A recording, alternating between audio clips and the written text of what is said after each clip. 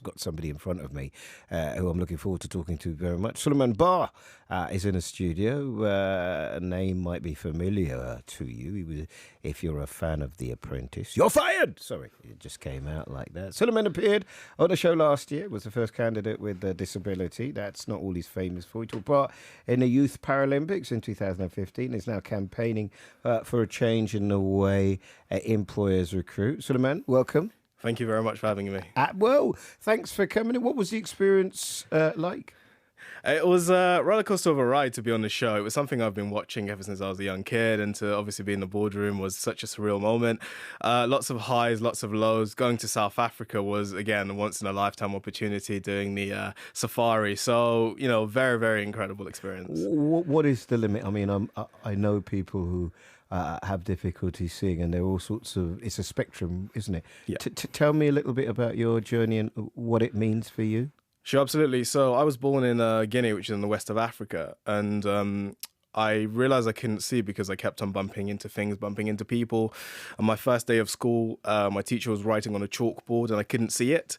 And because the infrastructure wasn't there to assist me to have a good education, the teacher told me to just leave and go home. And my mum, you know, I went home and mum was like, "Oh, how was your first day of school?" And I was like, "It was amazing. I got kicked out because my teacher couldn't help me." So that's why we moved to England, and obviously having assistants in class, having a teaching assistant, having a laptop to help me access the education like everybody else really showed me the contrast and what assistance can help do for somebody that has a disability. So how did you do at school? I did really well. I came away with GCSEs, you know, A stars, A levels. I'm currently at university actually doing business management at the Bloomsbury Institute. So that's going really, really well. So, you know, I really, really surpassed, you know, everything my teachers in Africa sort of had expected for myself. What about what you expect from yourself? I expect a lot from myself, you know, from where I've come from and from the hard work I've put in, you know, especially in my sport and in the business. And I expect a lot. I have, you know, high standards and high aspirations for the future. So, you know, I push myself hard every day. What is your sport? Tell everybody. Yeah, so it's the 100 meters in the T13 category of the Paralympics. I'm currently training. Does that mean that we would be tied together? No. Or are you able to do it on your own? Yeah, so there's a lot of categories. Yeah, T13 is the one where you can see the most out of the three. T12 is in between, and T11 is where you have to have a guide runner. Right. So that's the spectrum, along with others as well. So I'm currently, but you know, my vision has decreased a lot in the last couple of months. So there is talk of obviously me reducing categories and going to a different one. What's your time? What do I have to be if I erased you over? Yeah, 11 and a half seconds. That's good. Yeah. That's good. That's fine. Yeah. So in terms of what you want, what are you campaigning for? What is it that you look at? Because I don't know if you saw the two ladies out in there, and they come to talk to me about you know, being a woman and some of the challenges that we talk a lot about people. 75% of people who are sight impaired don't find employment. Tell me what you're looking at and what you want. Yeah, no, absolutely. So it's just a case of raising awareness for. Because actually, Guide Dogs, who are really, you know, incredible charity for visually impaired and blind people, did a survey on YouGov, and it found out that half of people in employment think they can do a better job than somebody that, you know, is visually impaired.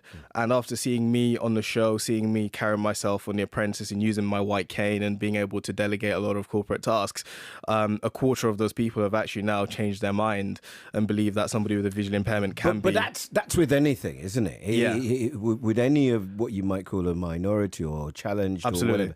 Once you get to know, see, understand them as human beings, you have a different kind of a way of feeling about them, don't they? Yeah, exactly. And that's exactly what it is. So it's increasing the exposure of disabilities in the workplace, increasing the exposure of it in business as well. Because when I started my business, I found a lot of challenges and discrimination, which I wasn't expecting. On the basis of what? On the basis of everything, but mainly my disability. You know, seeing my white cane, a lot of people thought, "Oh, you can't possibly run a business. You can't possibly, you know, do this and that." You know, and a lot of funding I got turned down for because of that. So, how much of it is to do with you saying, right, Souleyman, I can? How much is how resilient do you have to be? Exactly. So that's thankfully from my sport and the resilience and persistence I built up from that, I was able to feed that into everything I've done. Hence why I, you know, have pushed all the careers I'm affiliated with, and I think that's a part of it. It's a part of teaching the individual as well who has a visual impairment. You have to be persistent. The world is tough, but you shouldn't give up. But also at the same time, it's about increasing the public exposure around those issues and letting people know that there are. How can programs like this help you?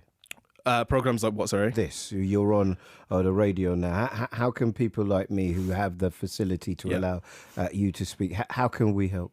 No, absolutely. I think it's exactly what we're doing now. It's about talking about it, making it a public awareness and a public discussion, and talking about the statistics that are coming out, and really, platforming things like this, really platforming people with visual impairment and showing what they are capable of. What would you say to a prospective employer who doesn't believe they have a prejudice, but has a worry, concern about employing somebody with a disability? Sure, absolutely. And that's where we get into, the answers and, the solutions. And the number one thing is information. What is out there for an employee, or an employer to be able to successfully employ somebody. And, it's all about knowing the schemes out there, the technologies that help the person with visual impairment to succeed in their workplace, and the confidence, and just, talking to that individual and understanding what their personal needs as well. So it's all revolves around information. I'll tell you what I'm going to do, right? So between 7 and 8, I get much more freedom to talk.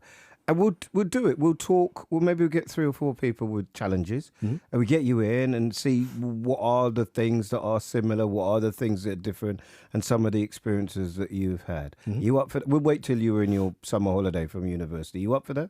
Yeah, absolutely. It's a pleasure to meet you, sir. I wish you the very shake my hand. Thank you. I wish so you the much. very best of luck. Thanks for coming in. That's Souleyman Bar there. We're getting back in because certainly we've done a lot, haven't we, on disabilities.